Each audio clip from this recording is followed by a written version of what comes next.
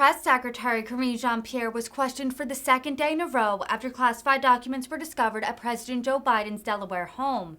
The press briefing comes after 2 sets of classified documents from the Obama-Biden administration have so far been found in Biden's private possession. The first batch was found in an office at the Penn Biden Center in Washington, and subsequent documents were found at Biden's home in Wilmington, Delaware. Attorney General Merrick Garland appointed an independent special counsel Thursday to investigate the classified documents. During Friday's press briefing, Jean-Pierre said she wouldn't, quote, go into any specifics regarding Biden's alleged mishandling of classified documents. Go ahead, Mary.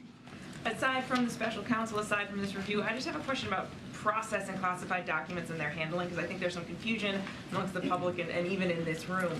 What is the process to make sure that classified documents aren't accidentally or intentionally taken when a president or vice president leaves office? What's the protocol, or is this sort of just a self-review system? It's a good question. I would, on the process and how that works, I would certainly refer you to the White House counsel's office. They would know that. They can walk you through that. My colleagues there, and I know many of you have been in touch with my colleagues in the last 24 hours, in direct touch, and answering many of your questions. So I would refer you to them on the specific process, so that they will certainly guide you in the right way.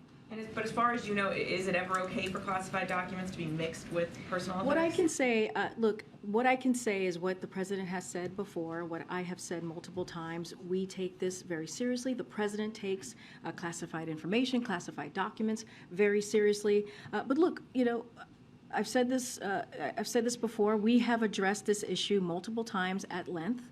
And we have been fully cooperating with the Department of Justice, and now we will be doing the same with the Special Counsel's Office, just to be prudent here and just to make sure that we are consistent. I would refer you anything that is related to this, as it relates to the review, to the Department of Justice or my colleagues at the White House Counsel Office. And we see it as the best way to move forward. We want to respect the process, and so that's what I'm going to do. I'm going to refer you to the Department of Justice. Just to be clear, you're confident he followed whatever protocol was in place? Again, this is something that he takes very seriously.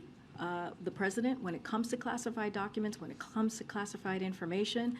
I'm not going to go into any specifics from here. If you have any questions, anything further that's related to the review, or I will refer you to the Department of Justice or my colleagues over at the White House Counsel's Office, who I know many of you who I'm staring at right now has been in close touch. Go ahead, Stephen. Thanks. I just want to press you on that point about the idea of disclosures when it's appropriate. You describe a process, but it sort of feels like a strategy, a communication strategy to protect the president from political damage. Was it the hope and expectation here that this would have remained a private matter and not have been subject to public disclosure? Look, Stephen, that's your version of the case. I've been very clear here, and I've answered that question multiple times in different versions, right, in the last couple of days. Look, want to be very clear. There's a process here. We are going to respect the process. This is all part of the Department of Justice process, and we are cooperating fully. We are cooperating fully in this process.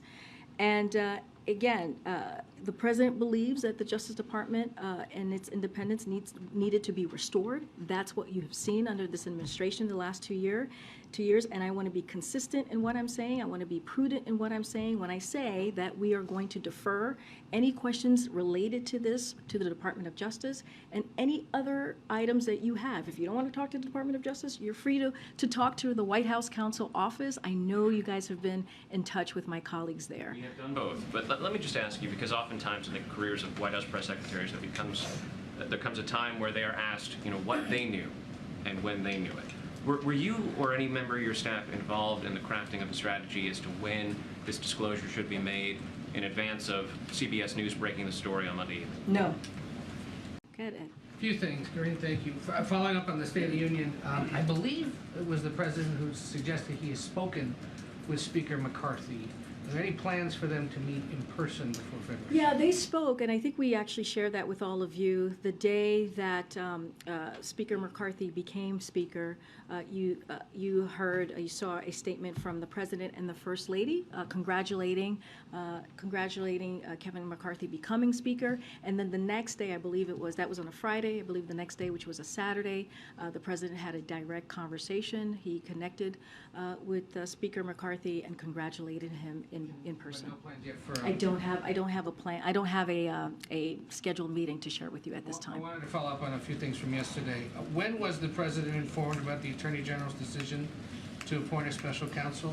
How and by whom? So, the specifics on that, here's what I can tell you. I can tell you that we were not giving a heads up. I was asked that question yesterday. We did not know that the announcement was going to come yesterday until after it happened, so I can clear the deck there and let you know.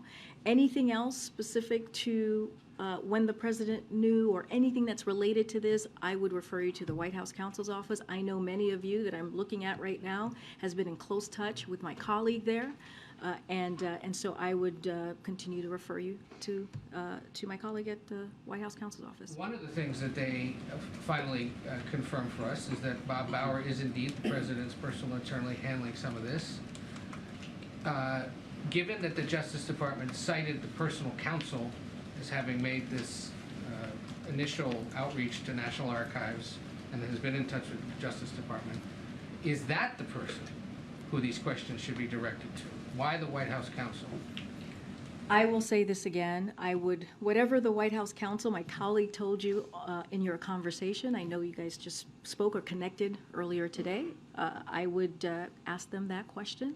And anything related to the review, I would refer you to the Department of Justice. And regarding the extraordinary measures that the Treasury Secretary announced a little while ago in advance notice to Congress, is there a policy that requires her to give advance notice of those plans? You have to reach out to the Department of Treasury on how that process works. What I can say is, just so that everyone knows, folks who are watching, the debt limit is projected to be reached on Thursday, January 19th. At that point, Treasury will begin to take extraordinary measures to prevent default. Secretary Yellen did not name a specific X date, if you will.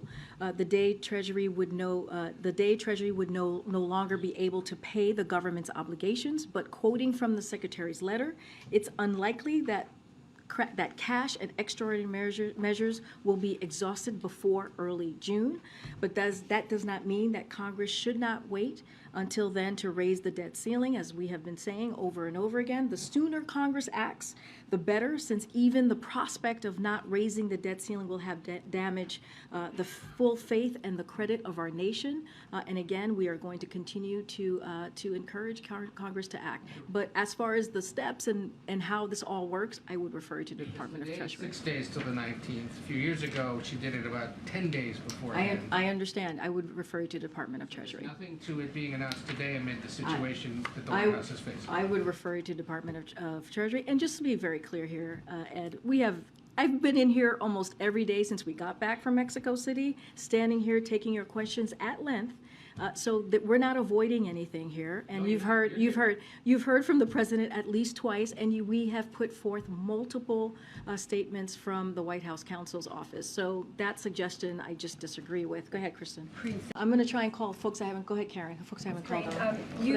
I called earlier. Go ahead, Karen. You've several times today referred people to the White House counsel for questions about the process and the review. Would you bring Richard Sauber here or someone from his team to answer these questions in the briefing room in a formal capacity? So look, the White House counsel's office has provided information on this this week as appropriate.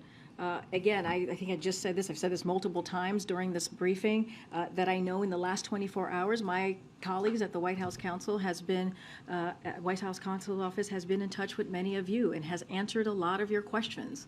And so that will continue. You reach out to them and they will certainly engage.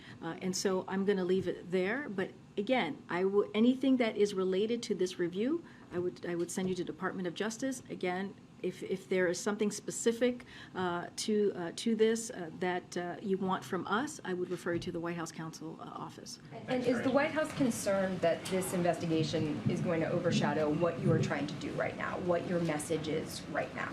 Look, our message is very clear, and it will continue to be just that. And you've seen it. That's why when I started the briefing, I laid out all of the